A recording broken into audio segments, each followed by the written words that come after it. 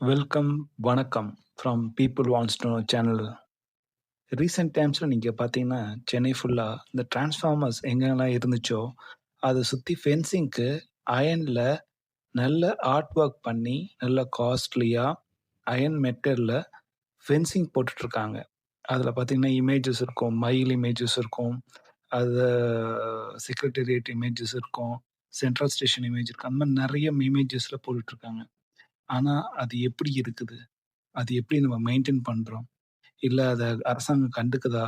இல்ல கார்ப்பரேஷன் மக்கள் பார்க்குறாங்களா? இல்ல நம்ப மக்கள் அத யூஸ் பண்ற விதம் எவ்ளோ மிஸ்யூஸ் பண்றாங்க? இது எல்லாம் நம்மளோட வரி பணம். ஸோ, கொலாட்ரலா நம்ம எல்லாரும் சேர்ந்து தான் அத மெயின்டெயின் பண்ணணும். Thank you.